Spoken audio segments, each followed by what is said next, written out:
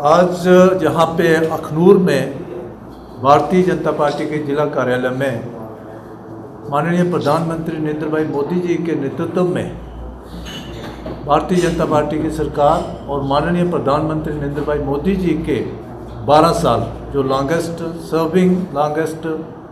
Prime minister in office के जो 12 साल बेमिसाल विकास के, विश्वास के और जन कल्याण के हुए हैं, उसी के सिलसिले में आज माननीय डॉक्टर अभिजीत सिंह जसरोटिया जी हमारे बीच में हैं, जो भारतीय जनता पार्टी के प्रदेश के प्रवक्ता हैं, स्पोक्स पर्सन हैं।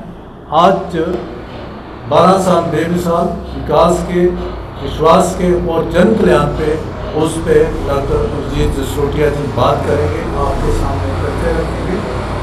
मैं माननीय डॉक्टर अभिजीत सिंह जसरोटिया जी से अनुग्रह करूंगा कि वो आज इस प्रेस वार्ता को संबोधित करें। माननीय अभिजीत जसरोटिया जी, बहुत बहुत धन्यवाद आपका। हमारे साथ आपके यहाँ के स्थानीय विधायक एल भगत जी और आपके दीप शर्मा जी जो यहाँ से हमारे जिला के प्रधान भी हैं, और आपकी पूरी समस्त जो अखनूर ज़िले की टीम है। देखिए, आज जिस चीज़ के ऊपर मुझे मौका मिला है बात करने का, वो है जो 12 साल बेमिसाल और उस 12 साल के बाद मोदी जी का जो कार्यकाल है, जो इस देश के अंदर, इस आज़ाद भारत के अंदर एज ए प्रधानमंत्री सबसे बड़ा कार्यकाल है। अब मैं इस पूरे बड़े कार्यकाल की अगर मैं बात करूं तो मुझे लगता नहीं 12 मिनट या 12 घंटे या 12 दिन भी मुझे लगता है शायद कम होंगे। शायद 12 साल दिए जाएं तो शायद मैं पूरा कर पाऊं, थोड़ा थोड़ा करके उन सारी चीज़ों को।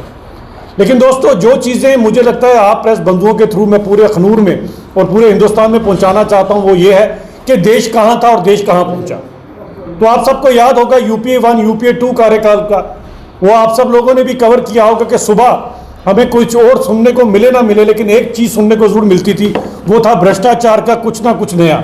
हर रोज कोई नया भ्रष्टाचार, हर रोज कोई नई लूट खसूट की घटना, हर रोज कहीं ना कहीं पर कोई दंगा, कोई फसाद हुआ करता था। यही नहीं मित्रों कि जब पूरे की पूरी दुनिया तरक्की कर रही थी, केवल उस समय भारत ही डीग्रोथ पर था। और भारत डीग्रोथ पर इसलिए था क्योंकि भारत के अंदर जो अर्थव्यवस्था थी वो सब कुछ थी, वो चंद उन परिवार वाले लोगों के हाथ में थी, ऐसी पार्टी के हाथ में थी जिन्होंने लूट खसूट की चरम सीमा तक क्रॉस कर दी। उस समय पूरे देश को अगर उम्मीद की किरण कहीं से दिखाई दी तो गुजरात से दिखाई दी, क्योंकि देश डीग्रोथ पर था लेकिन गुजरात ग्रोथ पर था। और गुजरात में है आज के हमारे प्रधानमंत्री, उस समय वहां पर मुख्यमंत्री थे। इसलिए पूरे देश के लोगों ने जो विकल्प चुना, जिसे मौका दिया, वो थे नरेंद्र मोदी जी। और नरेंद्र मोदी जी एक भारी बहुमत के साथ इस देश के जब प्रधानमंत्री बने तो उन्होंने खुद को प्रधानमंत्री ना कहकर प्रधान सेवक कहा, और उस प्रधान सेवक की भूमिका निभाते हुए अगर आपको याद होगा तो सबसे पहले उन्होंने आते ही क्या बात कही थी, ना खाऊंगा ना खाने दूंगा। और यही कारण है कि आज आपका देश इतनी बड़ी अर्थव्यवस्था बना है, इतनी बड़ी सैन्य शक्ति बना है, इतना रोजगार अगर युवाओं में मिल रहा है, इसका कारण यही है कि हकदार को हक पहुंचे, कोई लूट खसूट ना हो। और 12 साल के अंदर जिन मापदंडों को तय किया गया था उनको अक्षरशः मोदी जी ने पालन किया। भारतीय जनता पार्टी की ये आइडियोलॉजी रही है 51-52 से, जनसंघ से लेकर, अगर आप पूरा इतिहास भारतीय जनता पार्टी का स्टडी करते हैं तो आपको ये पता चलता है कि 51-52 से लेकर आज तक हमने जो जो वादा किया, चाहे भारतीय जनसंघ में वादा किया, चाहे भारतीय जनता पार्टी में किया। अब मैं जरूर रिक्वेस्ट करूंगा, हर साल का हमारे अधिवेशन का जो रिजोल्यूशन था उसे उठाकर देखिएगा। जो कुछ भी आज हम पालन कर रहे हैं, ये 51-52 से हम उसके लिए काम करते आ रहे हैं। 51-52 में जब हम, मुझे लगता है पूरे देश में बड़े छोटे सी संख्या के अंदर हम 2 होते थे। उस समय तो कई बार तो कांग्रेसी इसके बाद हमारा मजाक भी उड़ाते थे। एक बार तो हमने खुद भी अपना मजाक उड़ाया कि हम 2 और हमारे 2 वाला मजाक उड़ाया। और उस समय कांग्रेसीय जब हमारे ऊपर चुटकी लेते थे और कांग्रेसीय जब हमारा मजाक उड़ाया करते थे, उन्हें क्या पता था एक दिन भारत का सूर्योदय होगा। और वो आप देखिए कि आज भारत कहां पर पहुंचा है। जो जो वादे हमने किए हमने लोगों से निभाए, हमने जो जो बात कही उसका अक्षरशः पालन किया, क्योंकि हम लोग देश सेवा कर रहे थे। और देश सेवा करते करते आज हम कहां पर पहुंचे, ये आपके सामने। आज पूरी दुनिया भारत की ओर देख रही है। और मैंने यहां पर खनूर में पिछली बार भी कहा था, आज दुनिया के लिए दिक्कत यह नहीं है कि भारत एक बहुत बड़ी सैन्य शक्ति बन रहा है या भारत बहुत बड़ी आर्थिक शक्ति बन रहा है। आज लोग ये सोच रहे हैं ये 1.4 बिलियन साउल्स, इनकी जो आत्म गिलानी, जो इनकी आत्मा का चिंतन और जो इनके अंदर हर इंसान के अंदर एक भाव आ रहा है कि मैं अपने देश को आगे लेकर जाऊंगा, ये दुनिया के लिए एक बहुत बड़ी समस्या बनी हुई। और मैं बार बार कहता हूं, किसी और को हक हो ना हो, इस पूरी दुनिया को मार्ग दिखाने का भारत को हक है। क्योंकि भारत कोई आप कहो कि 100, 200, 500 साल पुरानी कोई सभ्यता नहीं है। हमारी सभ्यता का तो हमें खुद भी नहीं पता कितने साल पुरानी। जब ये पूरी दुनिया की दुनिया जहाँ के लोग जंगलों में और पत्ते बांधकर घूमते थे, उस समय हमारे जो लोग थे वो तो ये गिन रहे थे एक ग्रह से दूसरे ग्रह की दूरी कितनी है।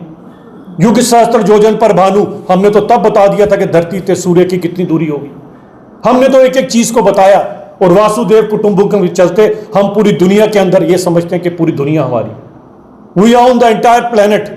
हम केवल भारत की बात नहीं करते, हम जहां जहां पर भी, यहां पर धरती है, जहां जहां पर भी मानवता है, जहां जहां पर भी ह्यूमन बींग्स हैं, वहां तक भारत जो है वो अपनी बात करना चाहता है। और मोदी जी के रूप में जो हमें प्रधानमंत्री, प्रधान सेवक मिले, वो जिस तरह से इस देश को आगे लेकर जा रहे हैं, इसके लिए आज हम सबके सब ये सराहना भी करना चाहते हैं। जहां पर उनकी जो हम लंबी आयु के लिए बार बार प्रार्थना करते हैं, वहां हम ये भी समझते हैं कि 2047 का जो विकसित भारत है, उसकी कल्पना जो मोदी जी ने की है, उसमें हर एक इंसान को अपनी आहुति डालना पड़ेगा। ये वो अश्वमेध यज्ञ है जिसके अंदर हर इंसान को आगे आना पड़ेगा। और हम ये भी चाहेंगे कि ऐसा ना हो कि आज भी जिस तरह से हमें विकासशील का एक टैग लग चुका है, उस विकासशील के टैग से बाहर निकलकर हम विकसित भारत बनाना चाहते हैं। और विकसित भारत के अंदर मैं ये चाहूंगा कि हर इंसान अपनी आहुति डाले, क्योंकि आज भारत कोई छोटी मोटी शक्ति नहीं है।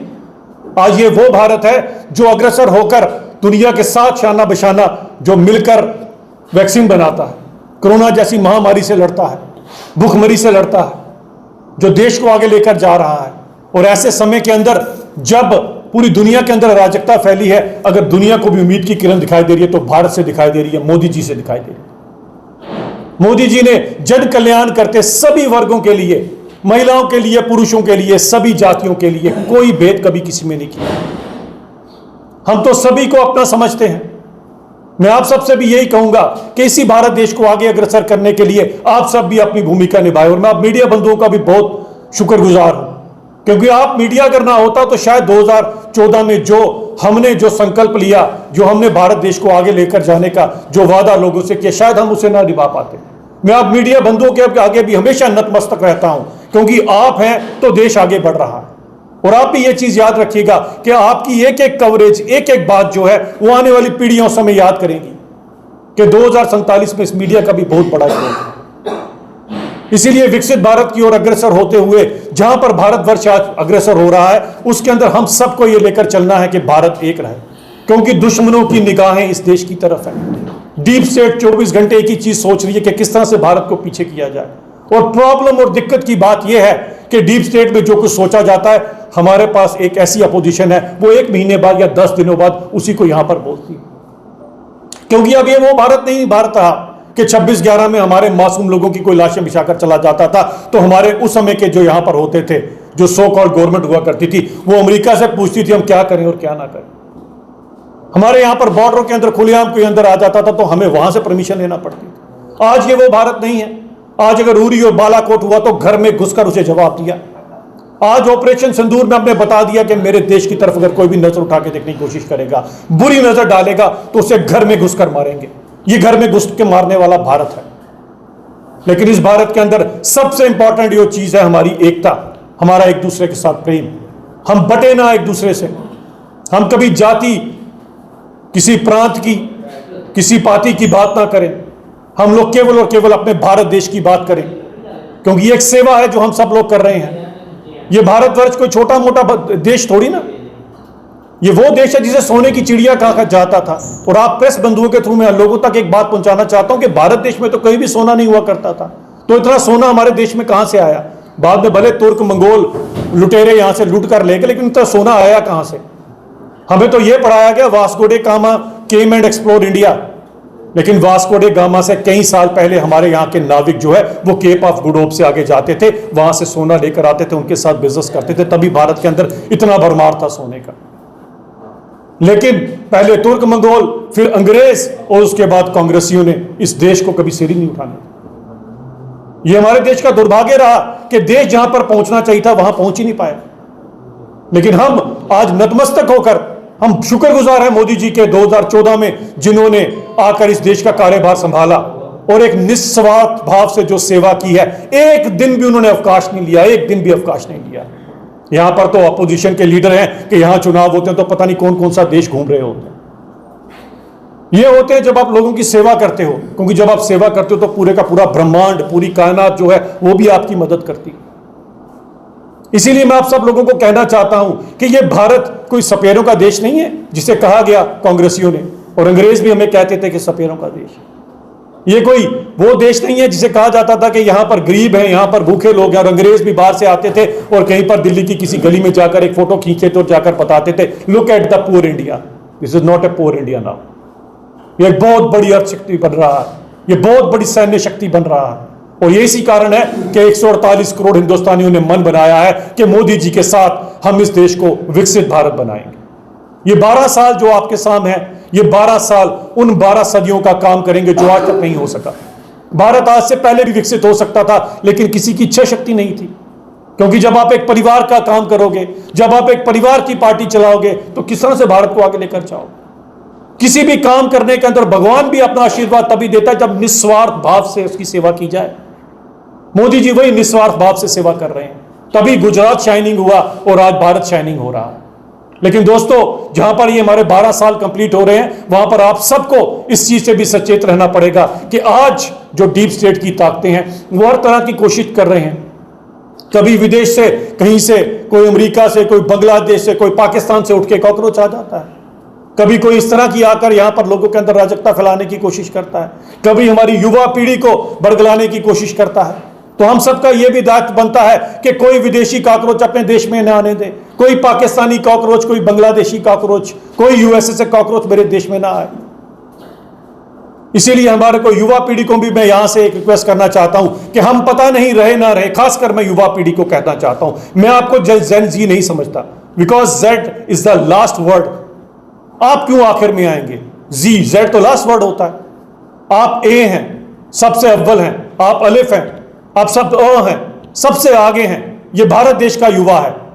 आपने किसी की तरफ नहीं देखना है, आपने सिर्फ ये देखना है, क्योंकि हम में से पता नहीं, हमारे बीच में हमारे विधायक हैं, शर्मा जी हैं, हम सब पता नहीं जिंदा रहे ना रहे, लेकिन आप युवा पीढ़ी 2047 का विकसित भारत देखोगे। मोदी जी जो रोड मैप बना रहे हैं उसमें युवा पीढ़ी को चलना है आज। लेकिन कोई विदेश से कॉकरोच आके आपको बरगलाएगा तो देश आगे अग्रसर कैसे होगा? बड़ी मुश्किल से, बड़ी शहादतों से, बड़े प्राणों की आहुति देकर हमने देश को यहां तक पहुंचाया है। अब मेरी इस जनरेशन की तरफ, जिसे मैं जेन ए कहता हूं, सबसे अव्वल, सबसे आगे, नंबर 1 जनरेशन जिसे मैं कहता हूं, क्योंकि पूरी दुनिया में सबसे ज्यादा युवा कहीं पर हैं तो मेरे भारतवर्ष के अंदर है। आज आप सबको आगे बढ़ना पड़ेगा। ये 2047 का जो बिगुल हमने फूका है, ये आप सब 2047 में विकसित भारत देखोगे। हम देख पाए ना देख पाए क्या पता, क्योंकि सांसें तो लिमिटेड है, इस पे किसी का कंट्रोल नहीं है। इसीलिए मैं आप सब जेन जी को, आप सब मुझसे छोटे हैं, मेरे बच्चों की तरह हैं, मैं आप सबसे रिक्वेस्ट करता हूं किसी के बहकावे में ना आए।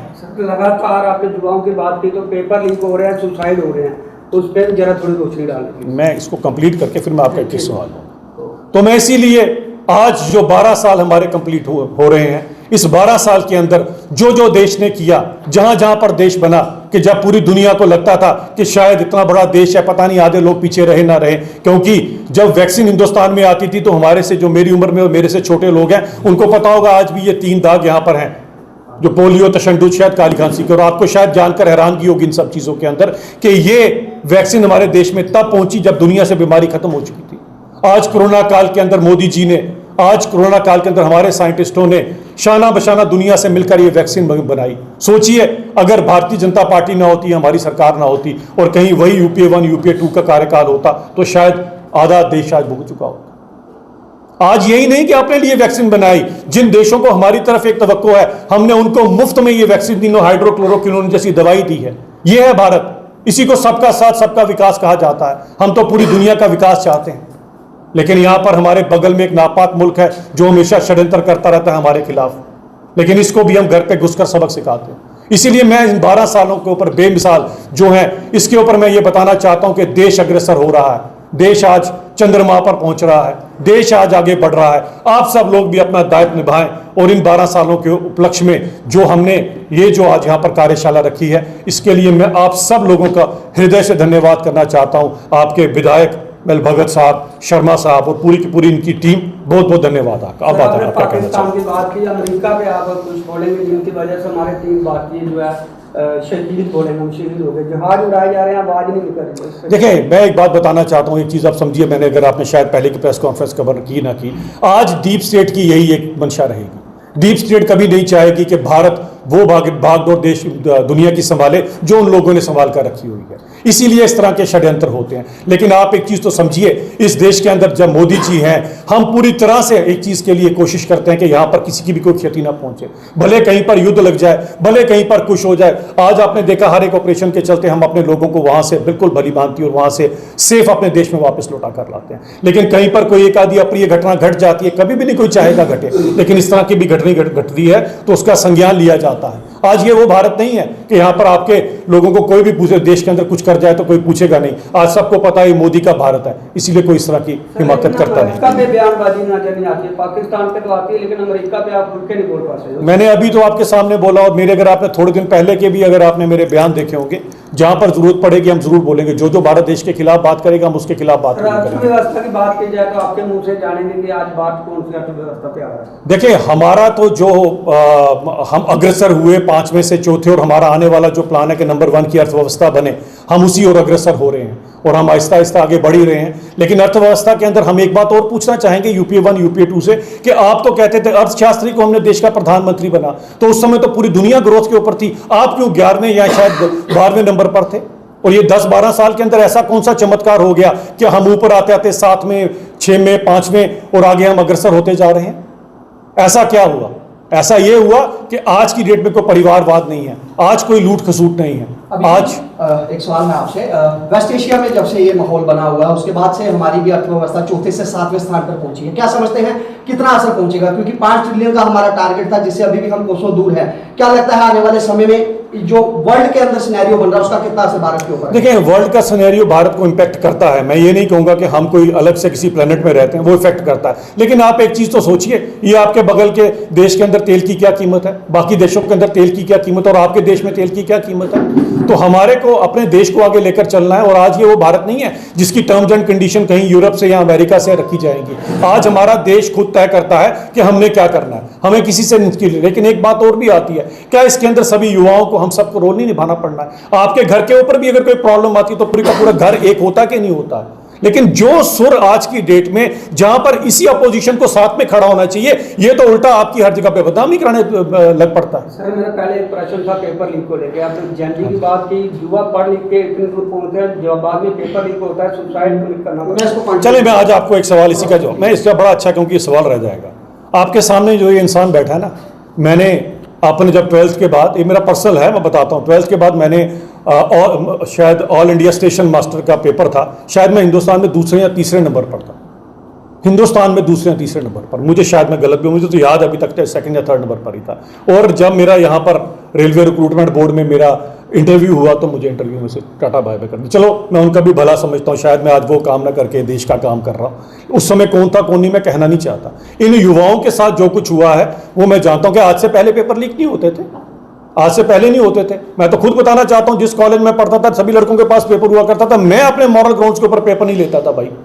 कि मैंने जो पढ़ा उतना ही दूंगा, इसीलिए मेरे नंबर कोई 90% नहीं आया, वरना मैं भी पेपर हाथ में लेकर 95% सदी में भी हमें नेवी और आर्मी का इस्तेमाल करना पड़ रहा है। क्या समझते हैं ये बहुत बड़ा चैलेंज? देखिए, चैलेंज तो है। आपको नहीं लगता एक युवा जो बेचारा घर से, जिसके माँ बाप ने अपना पेट काट कर अपने बच्चे को शिक्षा दी है, बेचारा खुद पिताजी जो है खुद भूखे रहते हैं, लेकिन मेरा बच्चा पढ़ जाए, उस बच्चे के अगर कैरियर के साथ कोई खेल जाएगा, उसके नाम की सीट कोई और लाएगा, छोटी मोटी चैलेंज है, मैं तो उसको सबसे बड़ी चैलेंज समझता हूँ। तो क्या समझते हैं इसमें जो प्राइवेट कंपनीज इन्वॉल्व है, क्या इनका अंत नहीं आना चाहिए? सरकार के पास अपना सारा इंफ्रास्ट्रक्चर है। ऐसा नहीं है सर, आपको लगता है कि आज, मैंने पहले आपसे एक सवाल पूछा कि आज से पहले ऐसा नहीं होता, तो अगर आज से पहले अगर ऐसा ना होता तो मेरे को लगता है जितने हमारे जैसे आपके जैसे काबिल लोग होते कहीं और पहुंचते। पहली बात, आज ये ऐसा ना हो, एक तो इतना बड़ा मुल्क है, आज ये ऐसा ना हो तो आपको लगता है कि इस चीज को लाइटली लिया होगा? इसको खुद प्रधानमंत्री जी देख रहे हैं कि कहीं पर भी कोई इस तरह की कोई चीज ना हो। हम तो ये समझते हैं कि हकदार को हक मिलना चाहिए, जिसके अंदर जो काबिलियत है उसके अनुसार, तभी तो देश, हम 2047 में विकसित भारत का ख्वाब देख रहे हैं, तो विकसित भारत का इस तरह से पेपर लीक से आगे पहुंचेगा? नहीं पहुंचेगा। इसीलिए हम लोग इसका पूरा संज्ञान ले रहे हैं। मैं आपको एक चीज एश्योर कर देना चाहता हूं कि इस तरह का कोई भी काम नहीं होगा, ना होने दिया जाए। नेशनल कॉन्फ्रेंस स्टेट हुड को लेकर दिल्ली में प्रोटेस्ट करने जा रही है, किस तरह से देखते हैं? मैं नेशनल कॉन्फ्रेंस से एक बात पूछना चाहता हूं कि वहां पर पीओजेके में आज आग लगी हुई है। आज वहां पर पीओजेके के अंदर लोगों की कत्लो गारत हो रही है। आज सो कॉल्ड जो बड़े यहां पर मुसलमानों के खैर ख्वाह बनते हैं, जिनका टॉप पे आते हैं, वो ओवैसी साहब, वो कहते हैं मैं सबसे बड़ा खैर ख्वाह हूं। नेशनल कॉन्फ्रेंस कहती है मैं सबसे बड़ी खैर ख्वाह हूं। महबूबा कहती है मेरे से बड़ा कोई खैर ख्वाह नहीं। उमर साहब कहते हैं मैं बहुत बड़ा खैर ख्वाह हूं। आज ये लोग कहां पर हैं? आज इन्होंने एक भी बात पीओजेके की? वहां पर मासूम लोगों का रक्तपात हो रहा है, रोज के रोज लाशें गिराई जा रही हैं, जिसके कसूरवार यही नेशनल कॉन्फ्रेंस और यही कांग्रेस है। क्या आपको याद नहीं है? इंस्ट्रूमेंट ऑफ एक्सेशन का याद कराऊं मैं सबको। जब इंस्ट्रूमेंट ऑफ एक्सेशन ग्रेट महाराजा हरि सिंह जी ने साइन किया था तो पूरे के पूरे जम्मू कश्मीर का साइन हुआ था। पीओजेके को आपने क्यों अलग रहने दिया? ये आपके बगल के यहां पर मीरपुर चले जाए या देव बटाला चले जाए, इन इलाकों को क्यों आपने छोड़ दिया? उनका कारण क्या था?